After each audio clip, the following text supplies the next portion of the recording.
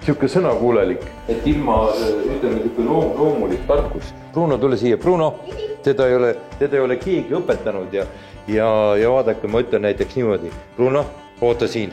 Ma olen käin ära. Bruno, oota, istu, oota, ole siin. Oota. Lähme tule. Kodus on näiteks hommikul niimoodi, et parketi sees on kohe jäljed niimoodi, et ta ootab ainult seda momenti, kui sa ütled talle. Kohe peale kõik jalad käivad ringi. Bruno on Ukrainast, Harkovist ja me oleme 4 koera sealt sellist ära toonud. Nagu, ütleme, natuke nagu sõjajalust. Koerad kontoris on head maandajad, ütleb Urmas. Kuidas nad läbi saavad oma vahel? No tundub, et hästi. Et sõbralikud. Ja tundub, et väiksemad pigem võtavad võimu, panevad suured paika. Ja kohe saime ka näha, kuidas see käib.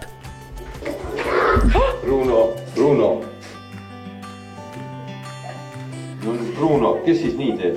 Nad ütleme, et nad kohati ei tea, kui suured nad on. Õnneks need suuremad koerad on sõbralikud. Siin Bruno arvas, et suur Inglise Springer Spaniel teeb väiksemale Schnauzerile liiga ja üritas teda kaitsta. Ka ülejäänud aja oli õhustik tõesti sõbralik. Tõepoolest on siuke imeline koer, kes ei ole üheski koolis käinud, kes käib tänaval täiesti sinu kõrval lahtiselt ringi, ütled stopp, seisab, läheme, punane tuli, oota, kõikidest asjadest saab aru. Bruno on tõult Maltipuu, jõudis Urmase perre 2 kuuselt ja on praegu 3-aastane. Nii et tema oli kodus enne, kui Urmasel ja tema kaasa Alisa Maalikul mullu jaanuaris tütar sündis. Ja kuidas siis koer võttis vastu, beebi? Ütleme, võõristab, pelgab siiamaani, et ikkagi hoiab kaugust ja niisugust distantsi ja kui mina või Alisa koju läheb, et siis on kohe kõik, ma ei tea, näpud ja jalad limpsitud ja kõik on nagu seda rõõmu, aga tita peal hoiab distantsi. Aga samas kaitseb. Kui keegi on kuskil, vanker seisab või keegi nagu võõras on kuidagi tulnud või siis oskab siukest kurjakoera häält teha, et oi. Nagu viimasel ajal ta on minuga igal pool kaasas, tihtipeale koosolekutel kaasas. Meil on ettevõttes paar siukest iseärasust. Üks on tõesti, mis ma arvan, et me oleme paljudest silmatorkavamad sellega, et meil on nagu kogu aeg need loomad siin ümberringi.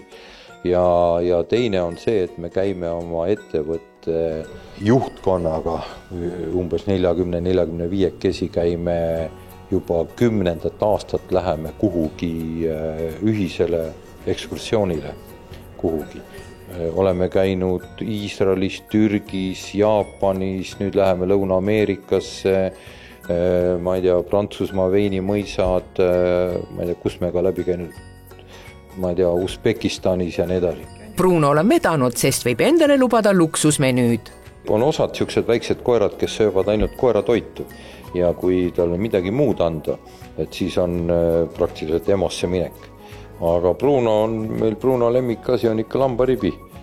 Ikka ütleme, et ma juba selle pärast, kui restorani lähen, tellin alati Bruno pärast, tellin lambaribi. Naljakaid momente tuleb ühte puhku ette. Kui ta autoga sõidan, siis on ta mul süles.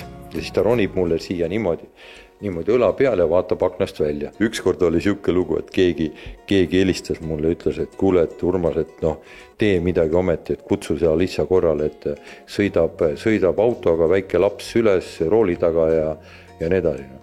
Tegelikult oli koer, seal vaatas aknast välja. Kontorikoerad on erinevad tõugu ja ka päritolu Hollandist, Lätist, näiteks valge Koko on samuti Ukrainast. Eriti mõnus on Urmase rajatud Rotermanni kvartalis koertega õues käia. Koertel on põnevaid lõhnu ja inimestel toredat vaatamist. Ilma rihmata jalutav Bruno teeb vahel iseseisvalt tiiru ümber majade. Ja siis keegi saadab sõnumi, et kuule, Bruno on siin meil röstis näiteks või, et kogu Rotermann teab, kes ta nagu, ütleme, et nagu päris peremees siin. Mis on, Bruno? Lähme nüüd sisse ära või?